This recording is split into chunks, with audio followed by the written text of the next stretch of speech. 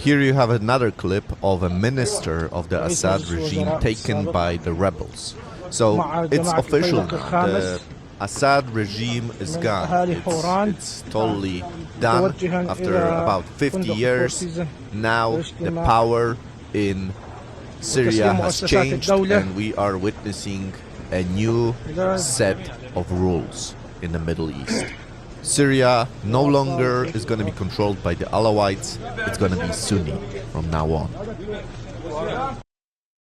And you may ask, what happened to Assad? Well, we don't know now, but it doesn't look good. Here you can see the graph of the plane on which Assad was, and suddenly this plane loses a huge amount of altitude. It loses more than 6,000 meters suddenly. So it's either fallen or exploded or something happened to it. We don't know yet.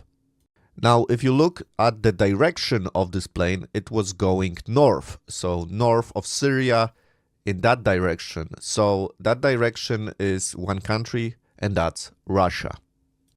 Now, speaking of Russia, we talked about the city of Latakia on the coast of the Mediterranean Sea. So Russia had two military bases in Latakia and Tartus. And because of the turmoil in Syria, they had to quickly evacuate. I mean, this is huge. This is a huge blow for Putin and Russia. It's a huge dishonor. It's something they would never imagine would have happened. They lost the access to the Middle East for Syria now. This is another footage from inside Damascus, inside the palace of Assad, and you see people just walking there, doing pictures, being cheerful. So this is the situation right now. Right now people are cheerful, they are happy that the regime is gone, and you can see people making pictures of themselves, so they are happy. But what's actually going to be important is what happens next. And of course, this is very important also for Israel. As you can see on this map, Israel is bordering with Syria.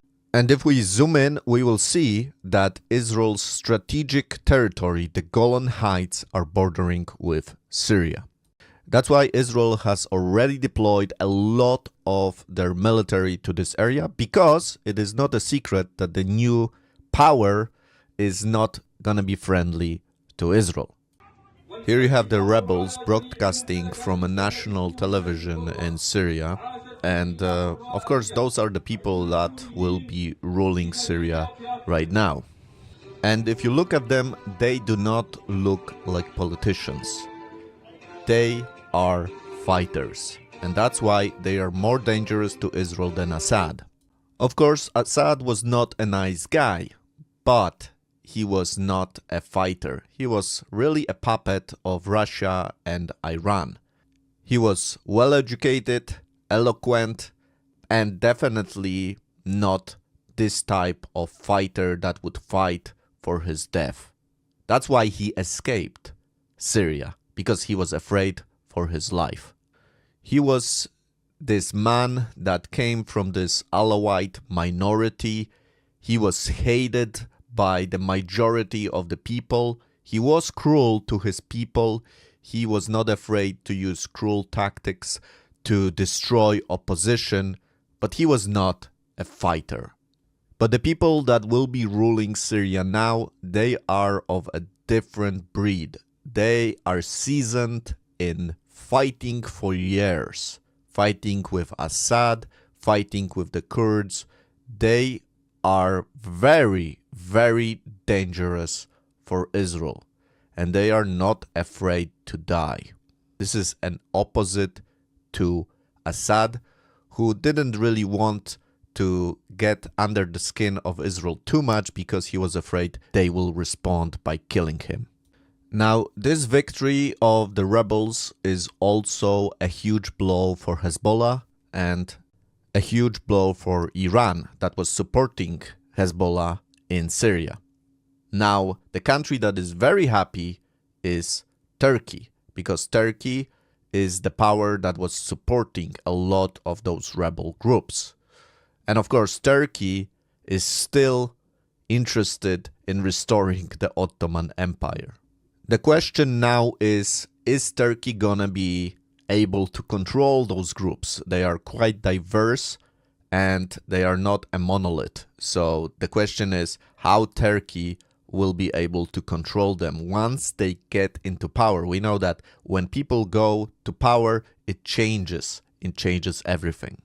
Here you can see again a map of the Shia population in the Middle East, and you can see that Turkey is only 10% of the population is Shia, whereas in Syria it's 15 to 20%. So obviously these new groups that took power, they're not Shia, they are Sunni.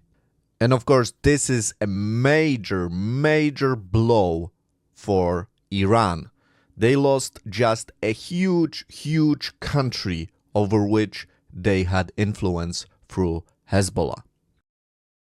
It is estimated that Iran was sending each year up to $900 million to support Hezbollah in Syria and Lebanon. That's a great investment. And now it doesn't look good for Hezbollah because they are a natural enemy of the new power in Syria. And the former leader of Hezbollah in Lebanon, Nasrallah, said that if Syria will fall, their resistance is over. So from Israel's perspective, one enemy is weakened, but there is another one that rises.